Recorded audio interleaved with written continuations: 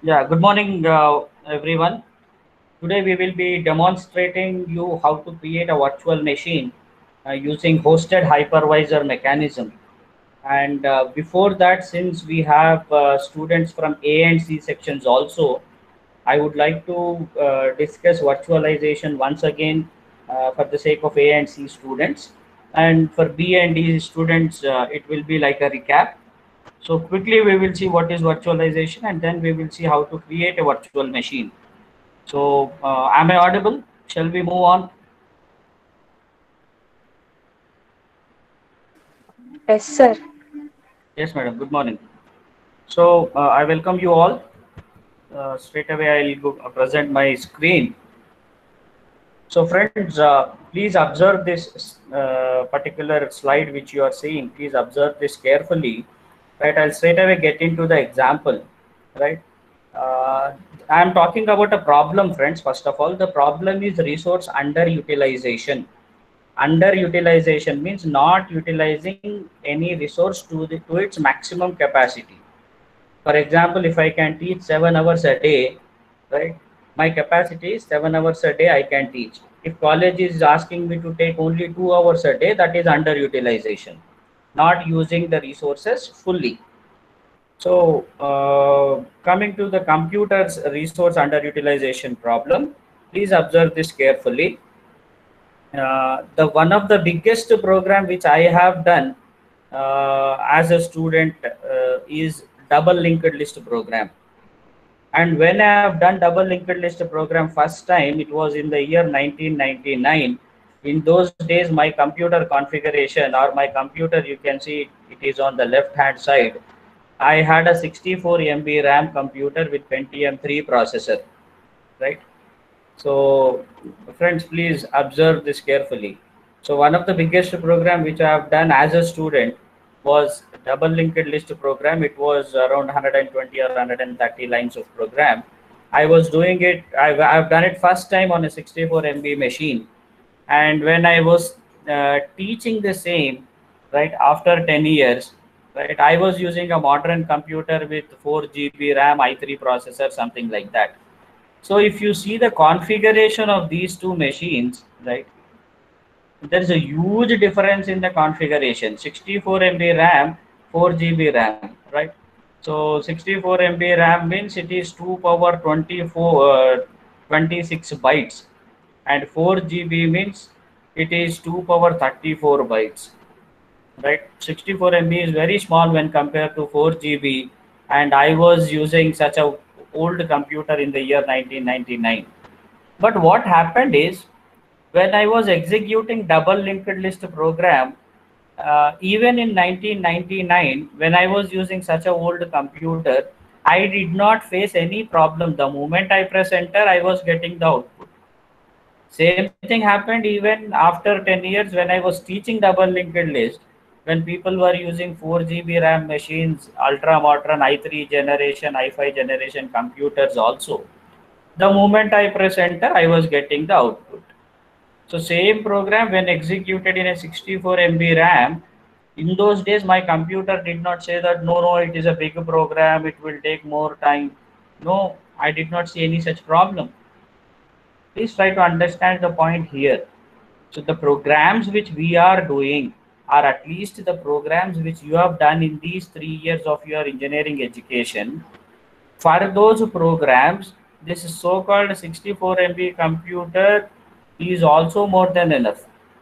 The point is, the point is, did you anytime, did you anytime write any program? Did you anytime write any program which will really consume 8 GB of RAM? Suppose you have a 8 GB RAM computer. Did you anytime write a program which was really occupying total RAM and it was consuming total processing power of your CPU? Like if your processor is 2.3 gigahertz or 3 gigahertz, right? Did you anytime write a program which was really totally consuming the resources of your computer, especially RAM and CPU? Obviously, the answer is not, right? If you take the example, like you are right now in final year, so from first year till final year, whatever programs you have written, please try to recollect what was the biggest program. And that biggest program, right, it can be executed in a 1 GB machine, or even in a machine which is less than 1 GB RAM, which has less than 1 GB RAM. So the point is, if your program can be executed in a 1 GB machine, 2 GB machine, 4 GB machine, or 8 GB machine, or in a i3 processor, i5 processor, i7 processor, or even in a Pentium 4 processor, which is very old, then what is the difference in having, what is the fun in having such a modern computer? Got the point? So friends, what is happening in our day-to-day life is the programs which we are running in our computers, we are not really writing such a big program which really consumes, which occupies 6 GB RAM and consumes maybe 2.3 gigahertz of processing speed. It is not happening. The programs which you have done, those programs I have done in a 64 MB machine computer also. So the point is resource underutilization. We are not using our computer to its maximum capability. That is the problem. Problem is called as resource underutilization. Now, okay, fine. I know that, okay, there is resource underutilization. Can I offer my computer to any other person simultaneously? Two people can use the same computer. Is it possible? Not possible. Then how do I increase the utilization of my computer?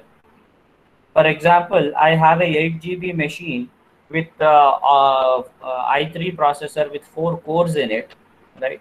So I really know that I never use 8 GB, maybe 2 GB or 3 GB is more than enough for me, right? Remaining 4 to 5 GB gets underutilized. It is not used regularly.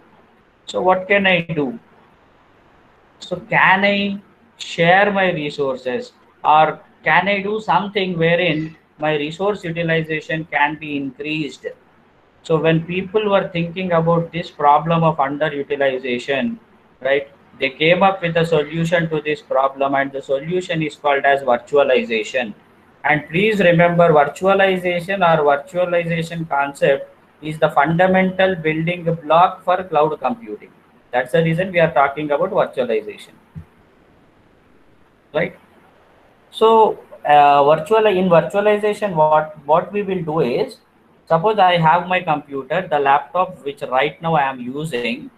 From this physical machine, the laptop which I am using, from this physical machine, what I can do is I can create a virtual machine. I can share my resources to the virtual machine. I can create one more computer inside my computer. See the beauty of the technology. I can create one more computer inside my computer, and my computer is the physical machine which I can touch and I can feel it. The virtual machine is same as the physical computer. Only difference is you can't touch it. You can't touch and you can't feel it. But apart from that, whatever you do with your computer, each and every operation can be done on that virtual computer also. So from my physical machine, if I can extract the resources, if I can create one virtual machine, that virtual machine can be given to any other person on rent basis, or I can share this VM to any other friend or colleague. Simultaneously, my virtual machine can be used by some other person. Parallelly, I will use my physical machine. There will not be any disturbance, any conflict. Now it increases the resource utilization. So whatever resources I need, I consume them in my physical machine. Whatever resources I think are not required, using them I create one more virtual machine. This virtual machine will be given to some other person. Simultaneously, both physical machine and virtual machine can be used. This concept is called as virtualization. So in detail, if you want, this PDF can be shared with you. And I hope you understood the concept of virtualization, basic concept of uh, virtualization. So Archita says divide the memory and make it virtual. It's not just a memory, Archita. We are logically partitioning the RAM, we are logically partitioning the CPU, we are logically sharing the hard disk, we are logically partitioning the network also. Please remember, there are four things called as CPU, which is called as compute, RAM, storage. Storage means a disk.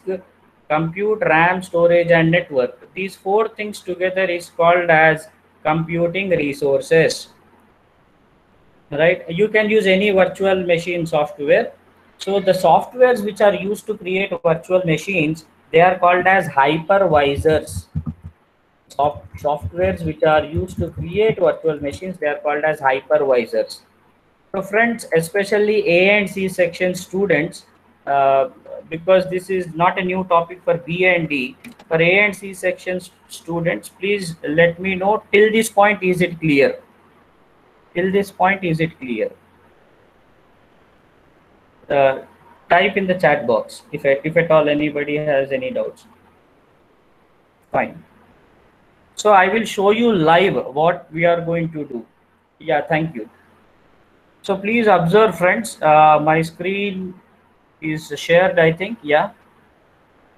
So please observe here. What I am doing is, first of all, I will show you the configuration of my computer. My computer, right-click properties. Right. 8 GB RAM I have. It's a 64-bit operating system, and it is a i3 processor, friends. i3 processor, 2.2 gigahertz. i3 processor means it's a quad core processor. Quad core. Quad core means we will get 4 cores in it. Each core will be again 2.3 gigahertz. So if I say 2.3 gigahertz processing speed means quad core means into 4 I can do. So I have 4 cores, 8 GB RAM I have. Now what I'll do is, for example, for me, 2 GB is more than enough. And 1 core of processor is more than enough.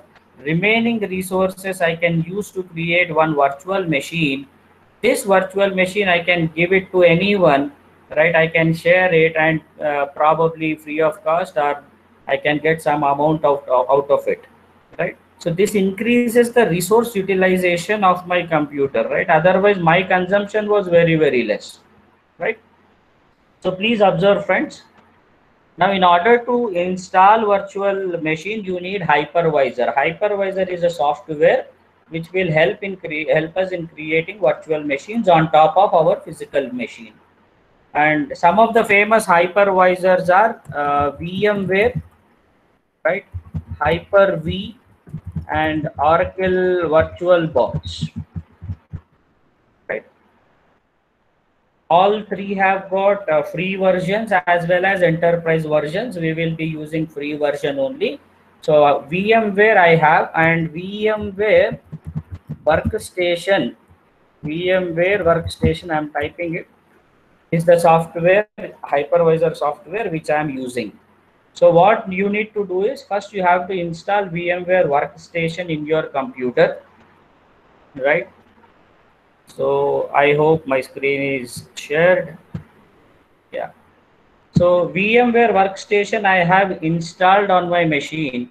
Now I just open this VMware Workstation, right?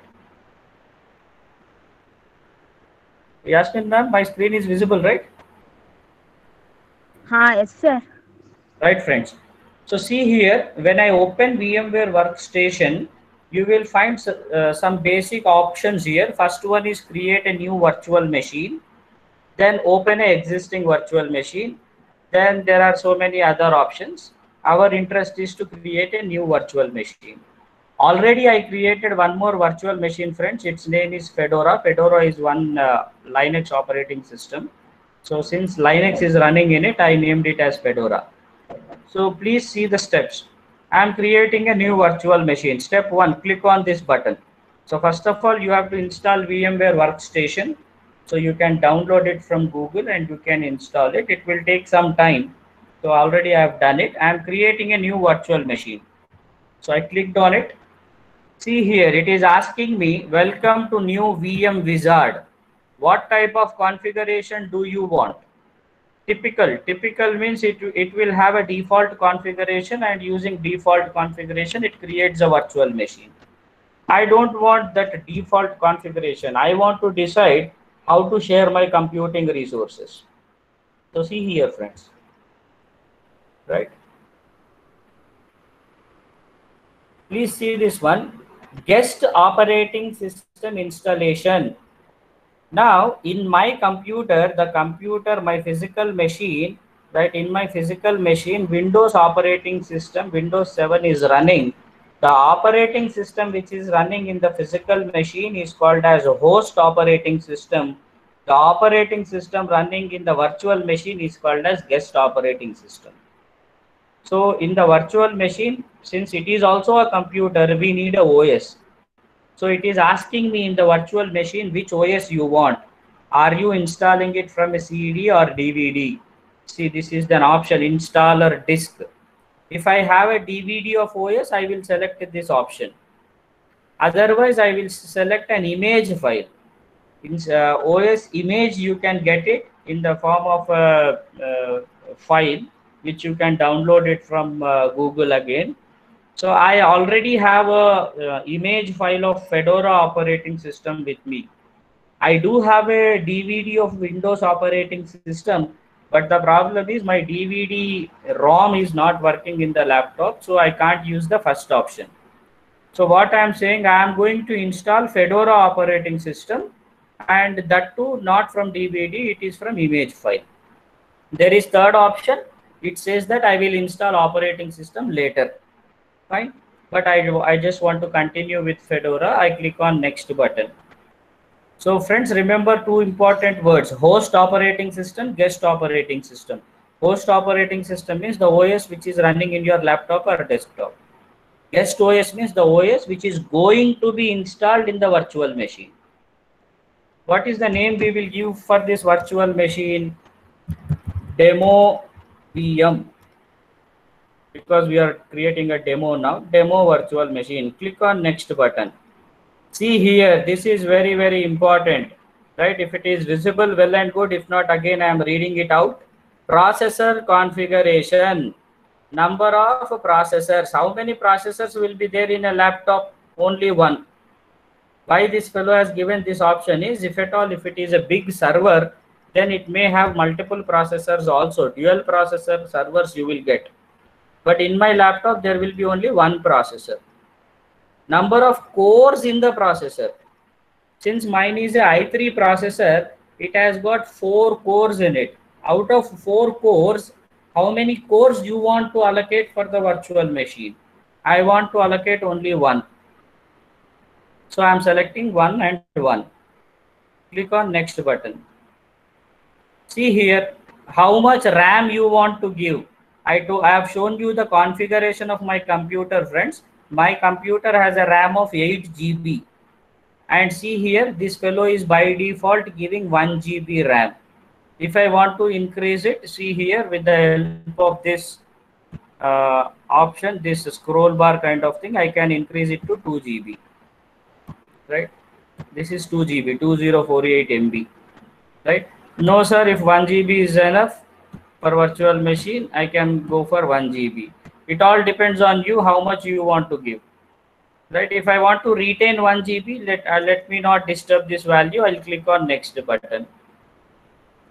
This is very, very important, friends. This is why this is very important is because once you create a virtual machine, to this virtual machine also you will give IP address.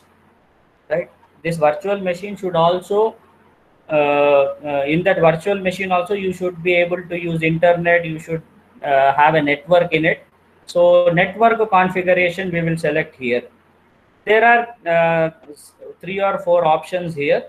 Option number 1, use bridged networking.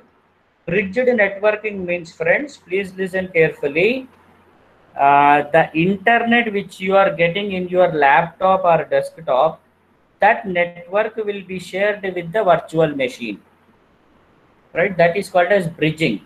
It is very much similar to the merge option of your conference call. In conference call, what we will do, we will hold the first person, then we will call second guy, then you have a merge option, right? Same as merge option.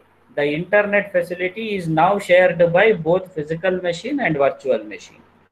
If you don't want that kind of complete sharing, then you can have a separate network adapter to be installed for the virtual machine, where you assign a separate IP address.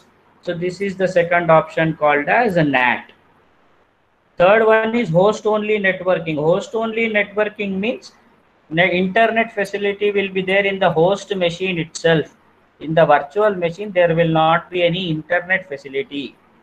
Only virtual machine can communicate with the host, but it will not communicate with the outside world. So third option people will not prefer generally.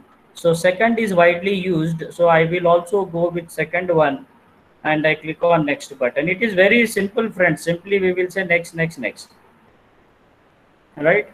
So IO controller types. This you might have studied in your computer organization unit 5, friends. Input output interface, unit 5 of CO, right? So what kind of bus logic you would like to use, right? So LSI logic is preferred, recommended. Here I am not going to disturb it. I go with recommended settings, right? And this is what kind of disk do you want to create, right? Suppose if I am suppose I have a 500 GB hard disk, friends. In that, if I want to allocate 100 GB to the virtual machine, right? So it creates a separate hard disk for me with 100 GB. Means my original hard disk has 500 GB capacity.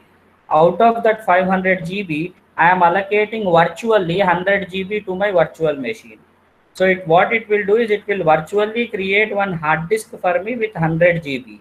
So for that hard disk, it is asking what type of hard disk you want, SATA hard disk or SCSI hard disk or IDE based hard disk, right? So again, I go with the recommended configuration, click on next button, right? See here, it is asking how much disk capacity you want to give. Means hard disk, RAM we have given 1 GB. Hard disk, how much you want to give for the virtual machine. By default, it is showing me 20 GB. For example, I want to give more than that. Let us say 40 GB, change it. Click on next, right? Now see here, friends, a disk file.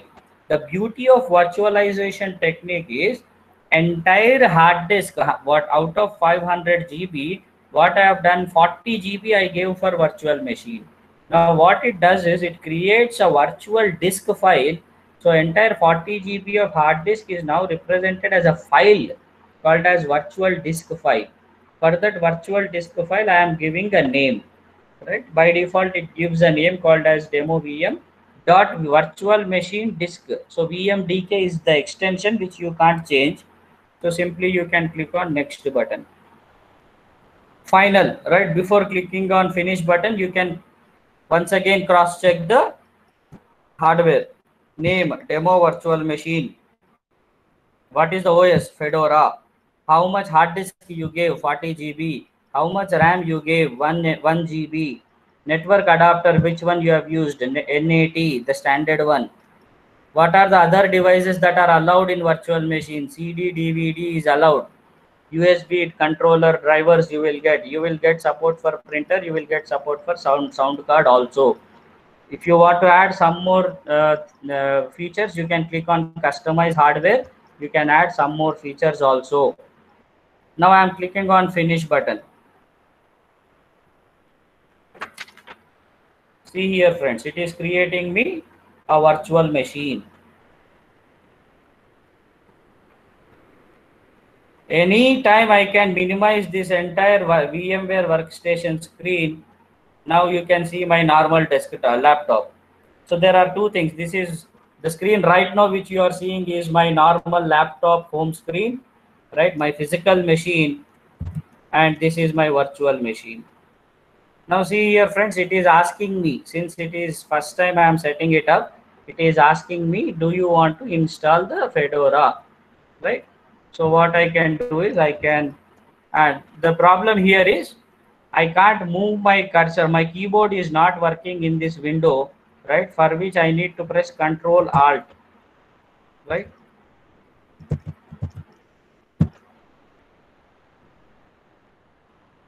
See here, the moment I pressed Control Alt, it is working. If I click on install button, the installation of Linux operating system will start.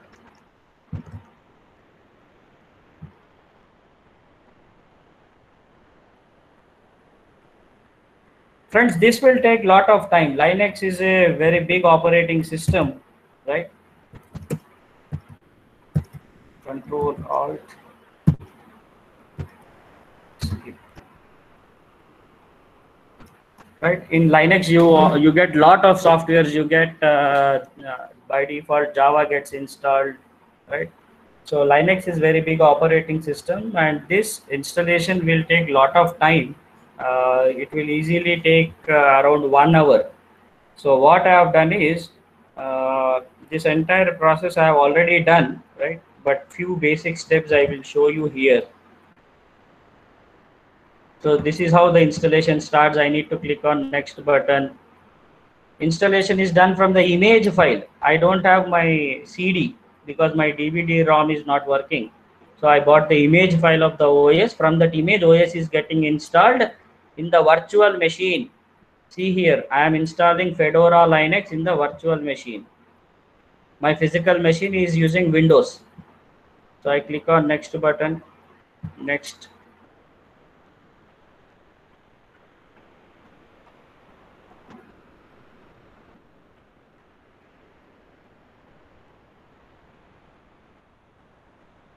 Click on next, initialize all, host name, VM demo.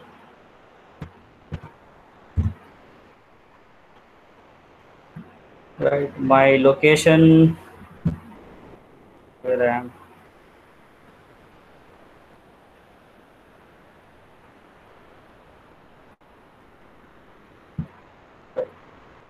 On next, it is asking root password. Root is the default administrator account in Linux, right? I'll give a password 123456. Tap 123456. Click on next. It's a weak password. Proceed anyway. No problem. Right. So now the moment I click on next button, installation actual process will start. Write the changes to the disk. This will take lot of time, but don't worry. We will not wait for 1 hour. Already I have installed a Fedora for you. Just come out. See here. So demo VM is the VM which I have created just now, and the installation of OS is still going on. But Fedora is one OS which I have created yesterday, right? Because I know that this installation will take lot of time.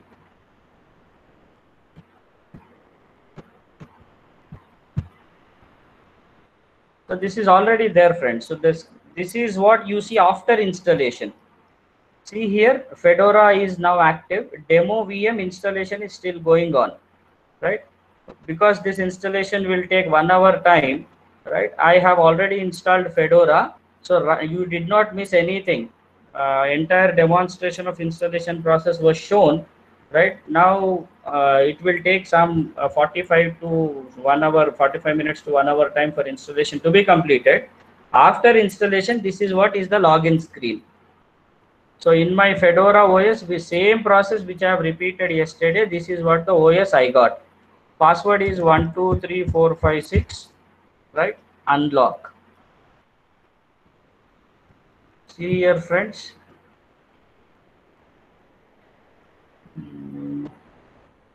Places.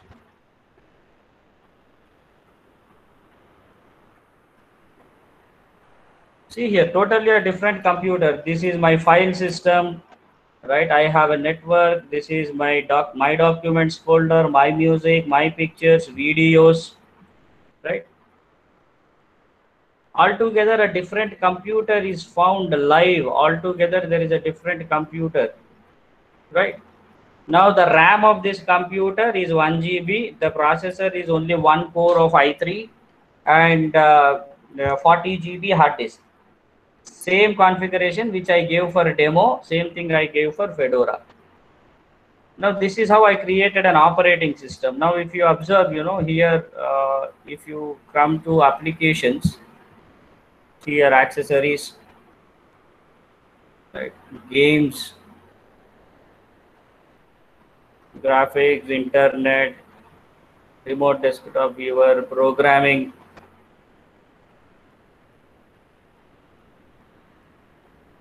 right, open JDK visual VM virtual machine, JDK Java virtual machine. So here I can happily do my Java programming. I have two computers now. Right now I am using my virtual machine.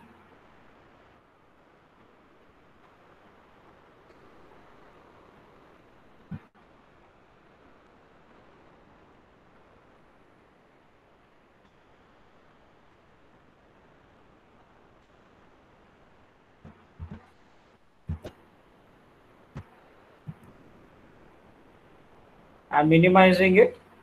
I am back to my computer. Yeah. One question. How two clients can use same computer? That's what, friends. Now I have my physical machine which I will be using, right? Now this virtual machine, I'll show you now. For this virtual machine, I will give an IP address, right? I will give an IP address. I will create one user account. Now this virtual machine, who is asking, suppose 518, Sparsh is asking me a question, sir, how do we share this?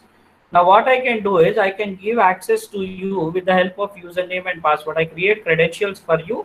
I will give you the IP address and I will give required permissions which I need to allot using what we say chmd. There's one command, right? To allocate permissions for a user in Linux. So I will give all permissions to that user account. I create one user account, I give permissions. I will tell you the IP address, username and password. Now from your home or from any other place with a simple putty kind of tool. Do you know putty? I hope you might have heard putty, right? Or maybe a remote desktop, any remote desktop app, right? By using any one of these RDP tools, right? You can, yeah, RDP tools, you can access, it will ask you what is the server name, where you will type the IP address or the host name, which I will tell you, then the username and password, which I have created for you. So the interesting point here is, please observe this, I am minimizing my this one. This now whatever you are seeing is my physical machine. Now please come to control panel. See here, friends, right? Most of the time in your computer, if you go to this network, and I'll just close this and again I'll show you. Here you will find an option called as Open Network and Sharing Center. This you will find in your computer also. This you will find in your computer also. But most of the time you will find only two networks in your machine. Sorry, most of the time you will find only one network in your machine, right? Something like this. The first one. Here I have connected to internet using Wi-Fi. So it says wireless network connection. So either it will be a Ethernet LAN connection if you are using a LAN card, or it will be a wireless connection if you are connecting using Wi-Fi. But it will be only one connection which you will see in your computer. But since there is a virtual machine running in my machine, in my physical machine, for that virtual machine also, it is showing me an adapter. It is showing me an adapter, right, friends? So see here, go to properties. You got an IP address also. So you have a IP address for the virtual machine, right? IP address for the virtual machine. You again, the way you have IP address, subnet mask, default gateway, all three parameters for a regular machine, right? For this kind of normal in your desktop, whatever properties you have here, you will type some things, right? Since it is Wi-Fi, I don't need it. But if I insert my LAN card here, I need to type the IP address, subnet mask, default gateway. So the way I configure my physical machine's internet, similarly, I can configure my virtual machine's internet. Now, when I configure the internet of my virtual machine, here, if you observe, you will find no network access. Means as of now, internet connection is not there in the virtual machine because I did not configure it as of now, right? And that configuration also we will see if possible. But VM networking is again a separate subject, right? I'll show you few basic things if time permits. So you have to understand few things, friends. So when you create a virtual machine, you will get this kind of network adapter also. If there is no virtual machine, most of the time you will find only one internet adapter in your settings. So see here now, as of now, I am using my physical machine. In fact, I am conducting a live classroom using my own computer. But at the same time, the moment I switch on, right, I'll go to this screen. See here, already I have one workstation in which my Fedora machine is running, right? Demo virtual machine whose installation we have started in the beginning, it is still going on, right? If I can click on next button, it will continue, right? I'll just click on next button, right? It is going on. Fedora is the machine which already installation has been done, right? So this is how we actually create a virtual machine, friends, and we can configure the virtual machine. Two important settings I would like to show, right? One is go to edit. Here you have something called as virtual network editor. Virtual network editor. See here, friends.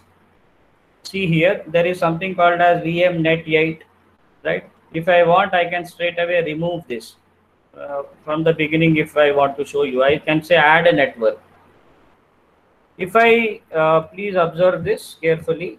If I click on this drop down, I have options like VM net 0, net 1, net 2, net 3, net 4, net 7, net 8, like that up to net 20. I have options.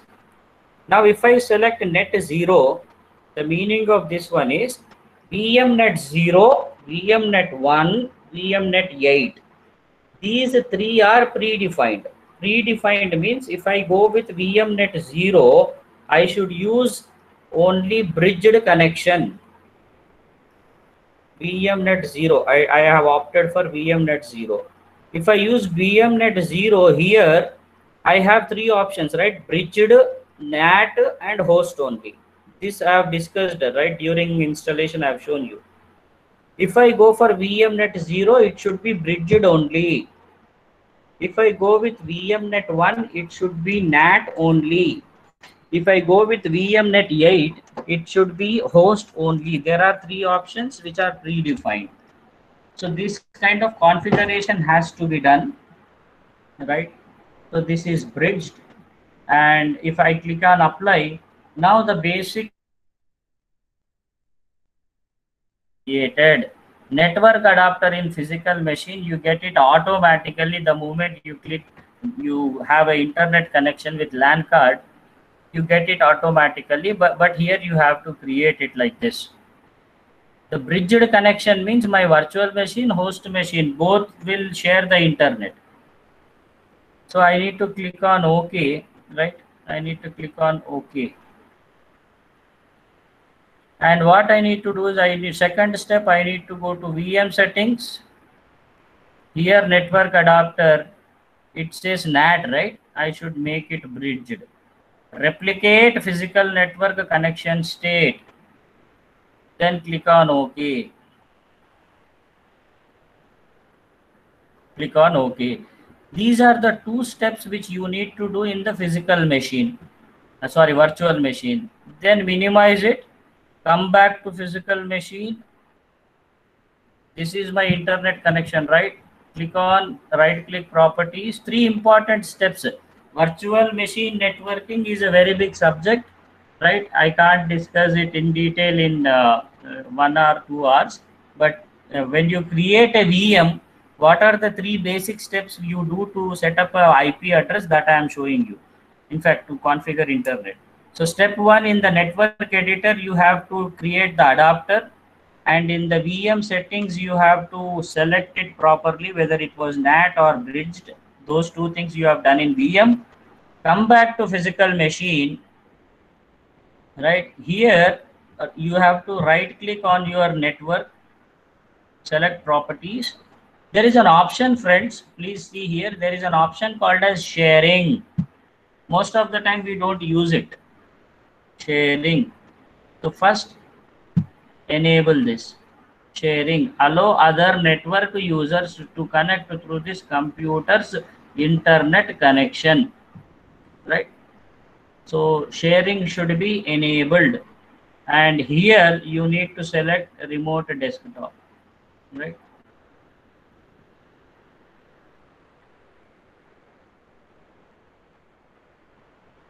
If this step is done successfully, you will get an option shared. Otherwise, this word shared will not come in. Normally, if you check it in your computer, the word shared will not be there. So only after this step, the word shared will come into picture. So sharing must be enabled. Allow other networks to share. Right, friends?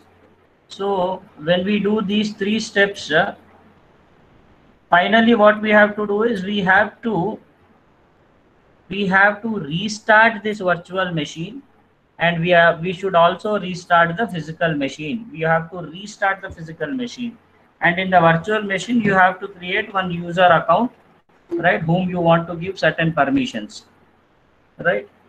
So this is demo VM whose installation is still going on. See here, that's the reason I did not do the installation right now. It will take a lot of time. So same Fedora already I have installed yesterday night, so that you can see it completely. I click on this one, so it is locked, so I unlock it by giving password. So friends, calibration was successful. Okay, if the calibration is successful, what I can do is, see here, if the calibration is successful, this is a visual virtual machine, right? File, see here, add remote host, load files, applications, view tools, plugins, right? See here, Java Standard Edition reference at a glance. So this is a online in normal Java lab. You might have typed programs in a notepad editor, and you might have compiled and executed in a console window, right? Whereas Java is automatically installed in any Linux machine. You get it most of the time automatically. You can run your Java applications here, right? So like that, there are so many. This is my my computer, my virtual computer, in which this is my file system. See, these are my folders, right? My documents, I can store anything here. My music, my pictures, my videos, right? So this is what is a basic procedure of creating virtual machines, friends. And once these three steps are done properly, right? Once these three steps are done properly, yeah, I'll come back to the question. Once these three steps are done properly, you will enable internet in virtual machine also. Now the question, sir, virtual machine can only utilize the host IP address only? No.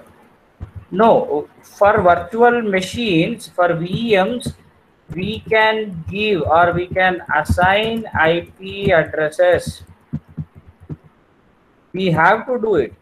The reason is, if my physical machine, virtual machine are having same IP, right, and if from a remote location, if you are accessing my virtual machine using IP, there will be IP conflict. Definitely it should be separate.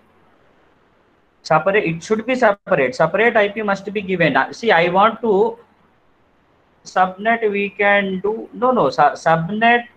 Subnet will be same, gateway can be same, because ultimately the internet facility will be used from my physical machine. But the IP address can't be same, because one IP will represent one computer, right? Now, for networking point of view, whether it is physical or virtual machine, both are computers only. Only difference is in virtual machine you can't touch it.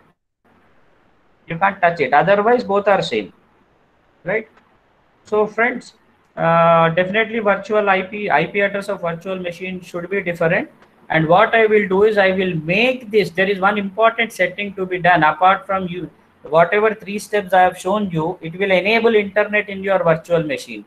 But if an outsider wants to use my virtual machine, if I want to give this virtual machine on rent basis, what I should do is I should have a public IP for my virtual machine, and I will give it to that person, and I will give him a dedicated username and password, and from that, using that credentials, he will access my VM. And once a person is using my virtual machine, at the same time I will use my physical machine simultaneously. Both people can use, both physical and virtual machines can be used without any conflict or without any confusion.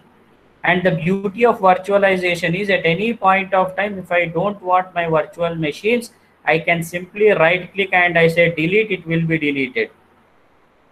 Deleting or destroying virtual machines will not have any kind of effect on your physical infrastructure. That's the reason. If at all you have attended any ethical hacking workshops, they will recommend you to try. If you want to do any trial and error on hacking tools and techniques, they recommend you to do it on your virtual machines, because if something goes wrong also, it will at the max destroy your VM. And destroying virtual machine, or if virtual machine gets spoiled, nothing will happen to your physical infrastructure. That is the beauty of this virtualization technique, right, friends? So this is how we create a virtual machine. I hope for network adapter we need to add separate IP. Yeah. In those are what I'll show you once again if you want. In my network settings, right, I have stopped this machine. Fine. I have stopped my virtual machine. So here you will get one more virtual machines network adapter. You can edit it and you can assign an IP address. And if you are good at Linux, using Linux commands in the virtual machine itself, you can set the IP address. Inside virtual machine also you can set the IP address, right? So one more thing I would like to show you, the default IPs which we get. See here, friends.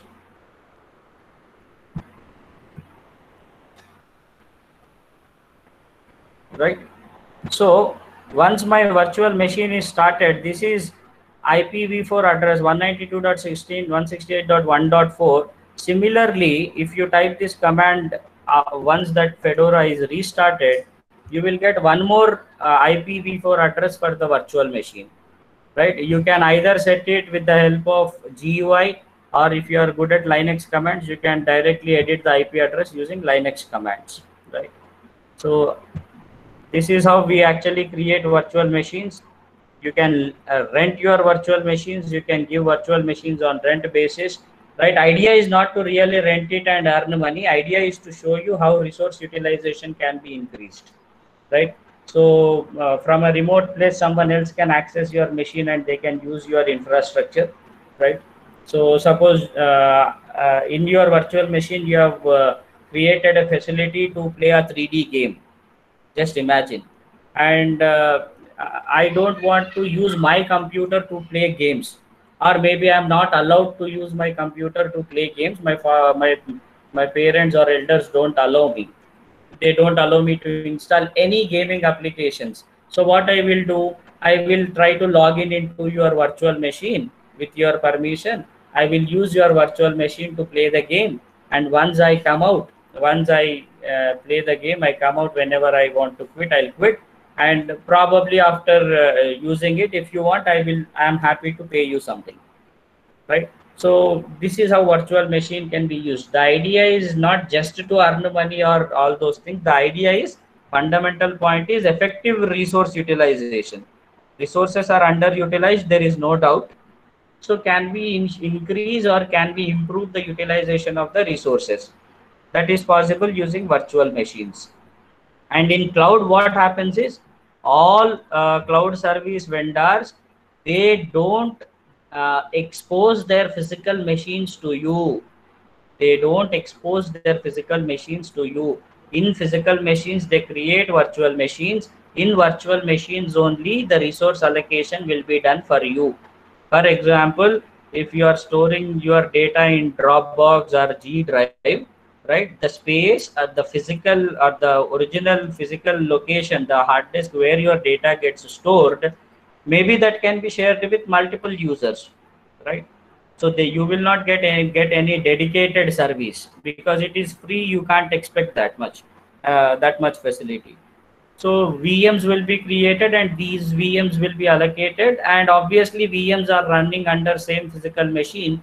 It means that the resources are being shared with multiple clients. So for effective resource utilization, virtualization can be used. And in cloud computing, resources are utilized effectively with the help of virtual machines, and these virtual machines are again shared with multiple clients. So it is 100% effective resource utilization, right? On demand service, whatever is your requirement, based on that allocation will be done, right? I can give you an example in Gmail. Acha, we are running out of time. Fine, friends. It's time to wind up. Whatever I wanted to show you, demonstration of VM, that I have shown. I hope things are clear. Thank you. You can join your next class. Right. Thank you very much. Thank you, sir. Thank you for your wonderful session. Thank you, sir. Thank you. Recording ఆపేస్తున్నా. ఆపండి. Sir, once again, sir. A and C section, once again, you people try the link, attendance link. Once you try now.